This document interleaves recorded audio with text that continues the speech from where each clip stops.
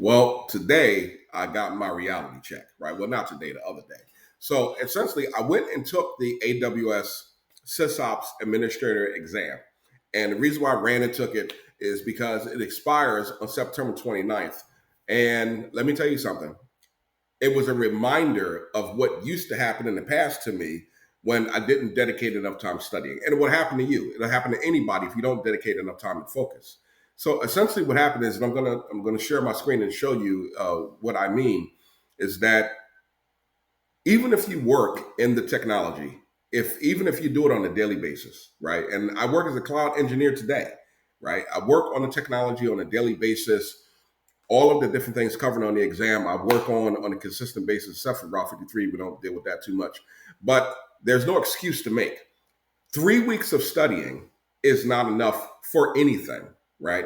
And if you're distracted studying, and what I mean by distracted studying is you study an hour here, you study maybe a half hour there, you might study a little bit on your break at work for maybe 20, 30 minutes, and then you come home at night after working all day, you're tired, you might study for 30 minutes and you don't feel like it if you have a long work day, especially if you work inside the office.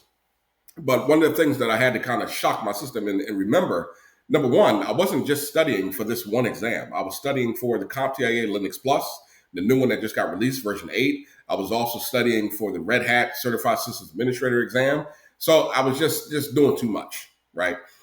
Because I have the background and experience and skill, I took on so much and I was doing so, but I was doing it piecemeal, right? It's like walking into a kitchen and you go in the refrigerator, you bite one apple, you set it down, then you bite a pear, you set it down, you grab some dates, you bite that, set it down, and you don't have the direct focus. And that is something that I had to be reminded of by getting that smack in the face when that failure popped up inside my email, because it didn't come up on the screen immediately. It said, we'll give you notice within 24 hours. So I want to share the losses, not just the wins, because every time you get people get on LinkedIn, they're like, oh, I passed this exam, but they never tell you what stupidity they were doing wrong is why they failed, right? If you're going in the cloud, if you're going into Linux, if you're going into cyber, if you don't dedicate time to it and you're distracted, you can't blame recruiters and blame everybody. You got to blame yourself. And I blame myself for not really dedicating the time that I needed with a sole direct focus on just one thing for a period of time. I probably would have been fine, even if it was 3 weeks or a month, but mostly because I deal with the technology on a daily basis. But at the same time, I had so many other things that I was focusing my attention on, right? But I did some things right. I put the cell phone to the side. I would take this thing and put it far away from me, either in the same room or another room. I would sit down and study at the desk, instead of not sitting on the chair somewhere relaxing. So I did have the habit down packed, but I was just not focusing. You open up YouTube, you start watching one video because you're taking a little break for 5 minutes. Next thing you know, a half hour passes. Then you get up and go do something, get something to eat. Then you go somewhere and you just get distracted. So now let me show you what happened. Okay, so let's take a look. So this is the exam portal, the AWS certified exam portal. And just shows you how much I was doing, right? So as you can see, boom, that's the fail, right? There was no excuse. There's no excuse why I failed this exam other than I didn't dedicate enough time to it. So now the exam is expiring. I'm not going to waste no time trying to recertify for the exam.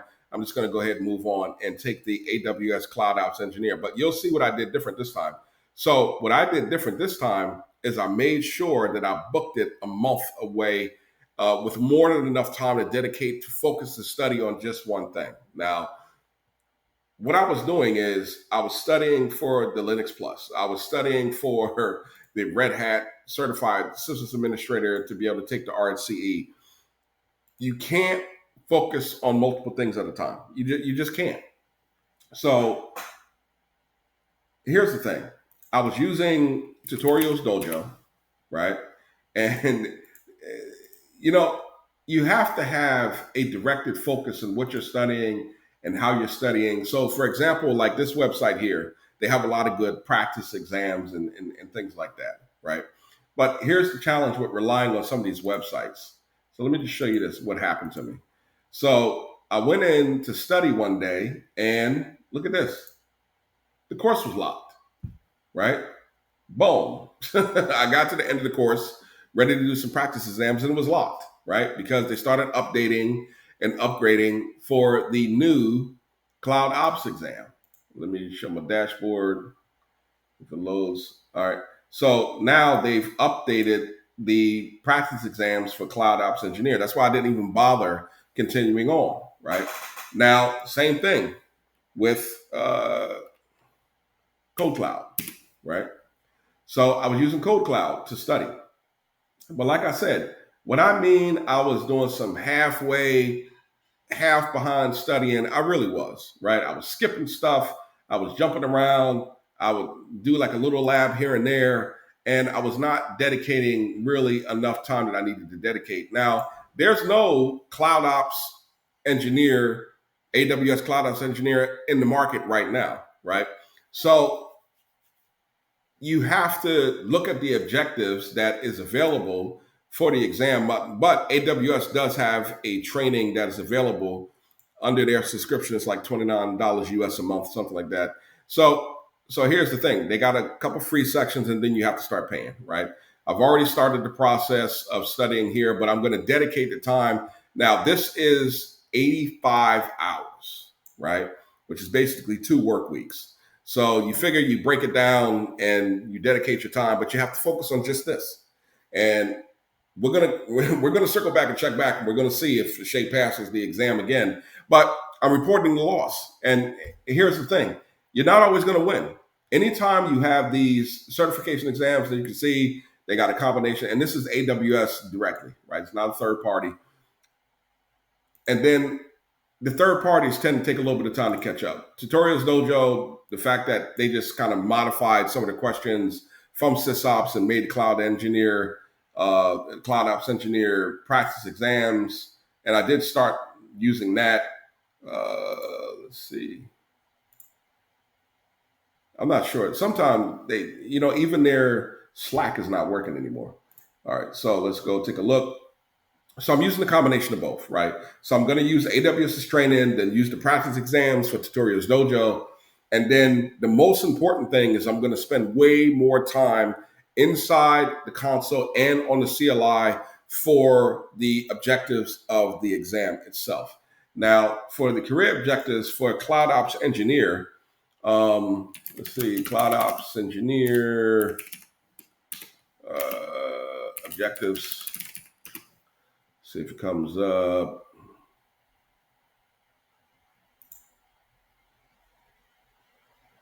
And they should have it. The exam guide. Okay, so they have posted the exam guide. They got a 4-step plan here. Okay, so this is a whole bunch of stuff tied to, which is basically this course right here. The learning plan, the CloudOps Engineer Learning Plan. That's what all of this stuff is. We'll close that. But this actual listing of everything that's going to be covered is what you got to go by, right? And I'm going to circle back. All the stuff I already studied for, but like I said, it was half behind studying. So I'm just going to start from scratch again and just rock straight through it and then go take the exam in late October, right? So here's the thing. And here's the biggest lesson. And let me show this to you right here, right? So when you get your whipping, when you do something stupid, right? So let's take a look at exam history. Okay, exam history. They give you an exam report and boom, there you go, right? So as you can see, fail. And then at the bottom, it goes into where you need improvement. So obviously, network engineer, years of working in networking, boom, I blew straight through the networking side. But at the same time, the rest was all needs improvement, right? Which means I bombed everything else, right?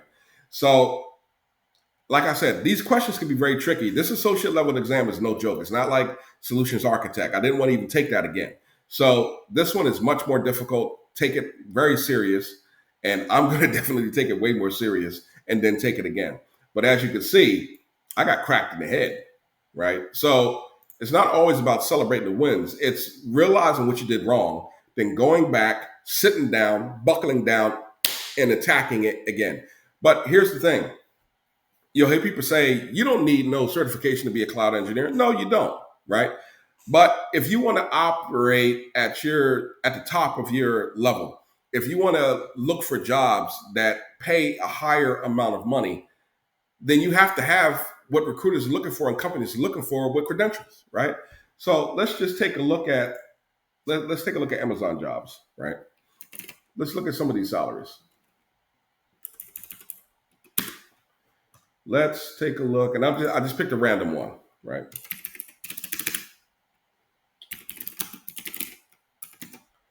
And I'm in the DC metro area. Let's just pick Reston.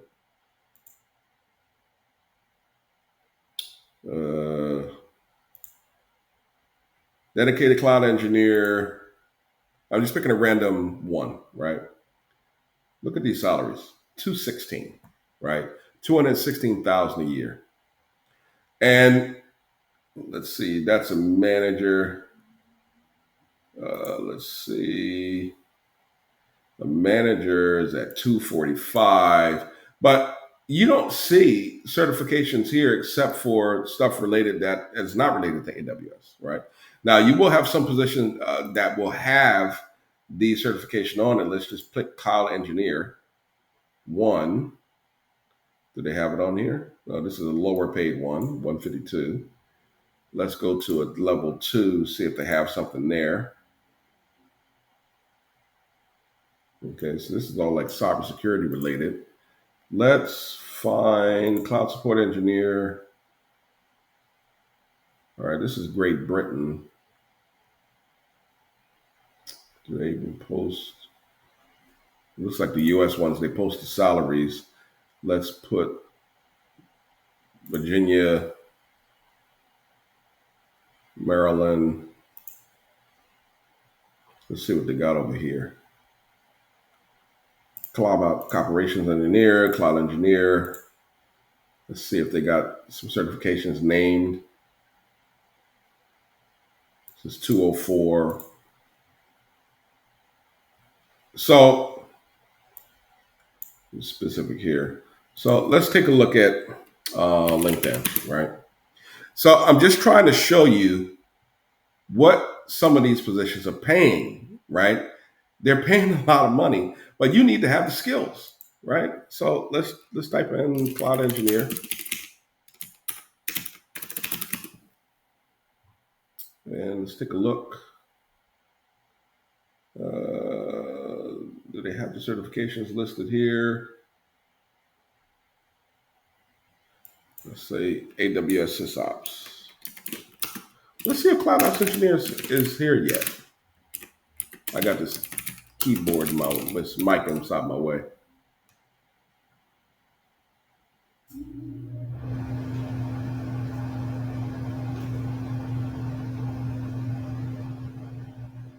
Okay. I'm seeing if it's so brand new. It just came out this month, so I wouldn't expect to see it anywhere. Yeah, you see associate, DevOps engineer. Well, look at these salaries. Let's see what they got here. Cloud DevOps. Let's look for SysOps.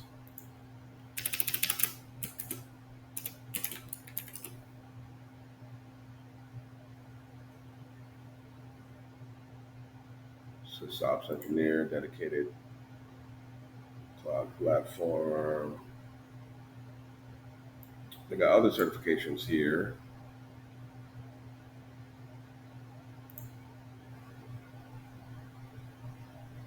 So you see, you have it here listed as a required certification.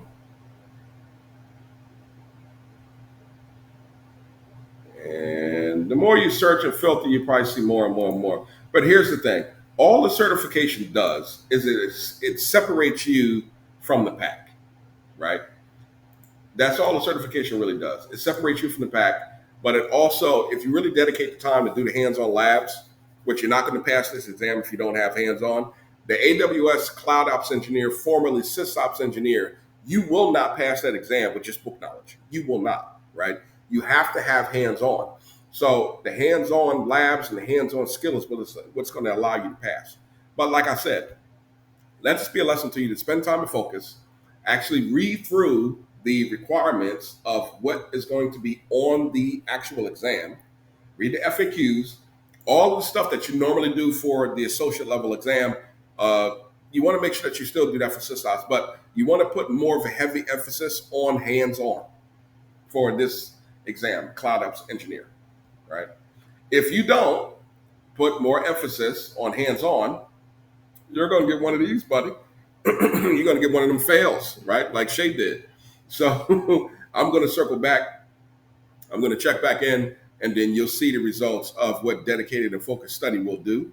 And like I said, you pass your exam, you get the benefit because the next exam you take, you get 50% off, other perks and things like that. But like I said, it's really challenging yourself, but it is also demonstrating your expertise in that field. But I will say this, and Amazon, if somebody from Amazon sees this, I hate multiple choice. Multiple choice is not a way to determine someone's skill. Now, if you have practical exams that are labs, that somebody has to perform a set of tasks or a number of different tasks, that will determine the person really knows what the hell they're doing. But these multiple choice exams are at the whim of your ability to read and understand and comprehend what's being requested, right? Which is subjective. It has so many factors. And I'm not making excuses. I hate it. I can't stand it, but I've got to adapt to it to take it again. But at the same time, hands-on practical knowledge in labs, the stuff that you learn is how you pass. You see, I've passed exams before. I've failed exams before, right? I failed the solutions architect the first time I took it because I wasn't dedicating enough time. So here's history repeating itself again, not putting enough time into it. But when I dedicated the time to it, boom, pass, right?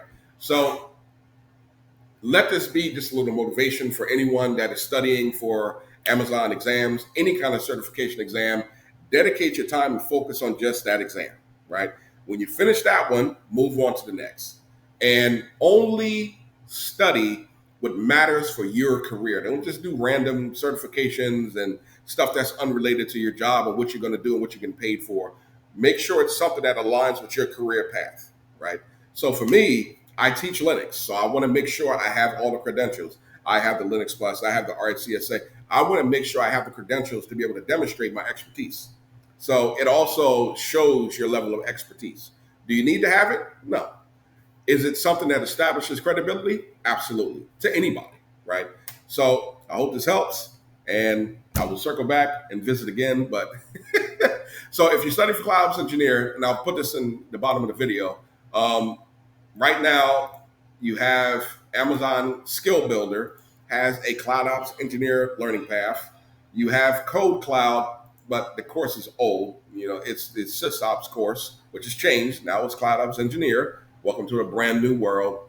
And Tutorials Dojo now also has a dark mode, a practice exam, a practical testing exam already ready to go. They basically modified the old one, add some new stuff in. So they have that ready today, right? So if you're going to be studying for the AWS Cloud Engineer exam, this is your step-by-step process. Number one, go in and download the AWS Certified CloudOps Engineer Associate Exam Guide, right? And once you download that, read through the whole thing. Read the whole thing of what it's asking you to do. All of the content, all of the domains, make sure you're clear on what they're going to cover because you want to make sure you're doing labs on just those things. Don't do random labs. Make sure you're doing labs on these things that the exam is asking for. Now, in addition to that, you have the Tutorials Dojo CloudOps Engineer practice exams. Do plenty of those, right? But also, right now today, you have the Skill Builder course, which is 85 hours that you can go through the entire course, but it does require a subscription, switch. Let's see what the subscription costs. Go to training. I've already finished this one. I was about to do this anyway, so let's take a look at it.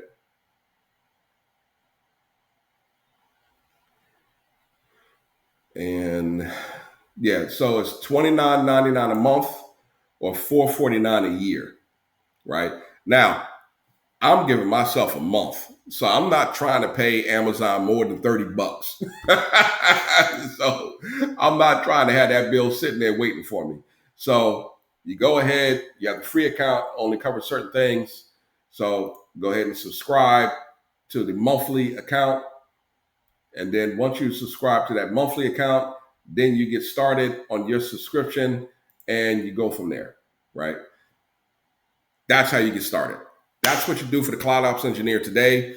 It's going to take time for third-party vendors to catch up and start, posting content. They're going to recycle a lot of SysOps stuff, but this is dedicated and focused on just CloudOps engineer right now. So that's what you need to do. Skill Builder, AWS Skill Builder for the AWS CloudOps engineer exam.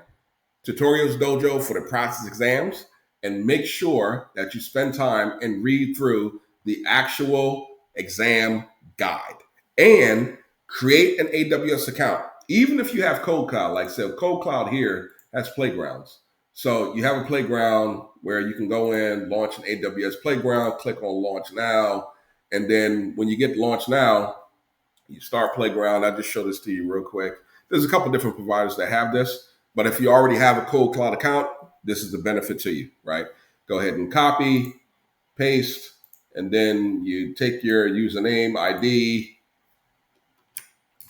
paste that, take the password, paste that, and then go ahead and sign in, right? Now, of course, it's being managed by a vendor, so they're not going to give you unrestricted access. You're only going to be able to do certain things, but you can create a free tier account. Let's go ahead and log out. And in case anybody gets a bright idea to use this password, I'm ending it. It's not going to work. So anyway, you can go in and create a free tier account. AWS free tier. They have changed the free tier. They got this like token scheme crap now. So, but it still allows you, it still has the legacy tier still available before July 15th. Oh yeah, it's September. So I think you're cooked. Let's click on it and see, because now they got this credit crap. Let's see if it's still available. Yeah, so it looks like this is only for people that had the account, which I do, before July 15th. Now you get $200 in credits, right? And they have all this stuff you need to read through, what's allowed, what's not allowed, and all this other stuff. So basically, the free tier was a free-for-all, right? So they basically said, enough of that, maybe too many people were using the account. So yeah, I'm not exactly sure what the whole deal is with this new account. I haven't used it yet, and I'm not going to use it until I'm forced to. But make sure you delete anything that you create. Delete anything you create, shut it off, delete any storage, anything you create, Elastic IP, make sure you turn it off, or you're going to wake up, you're going to have a surprise, baby. So don't play with AWS. They'll eat your pockets up if you don't turn something off, right? Set your billing up, set up everything automatic so you get an alert, and don't leave anything running. You get done with your lab, delete everything, and then log out, right? But make sure you delete everything. Okay, so I hope that helps. Talk to you soon.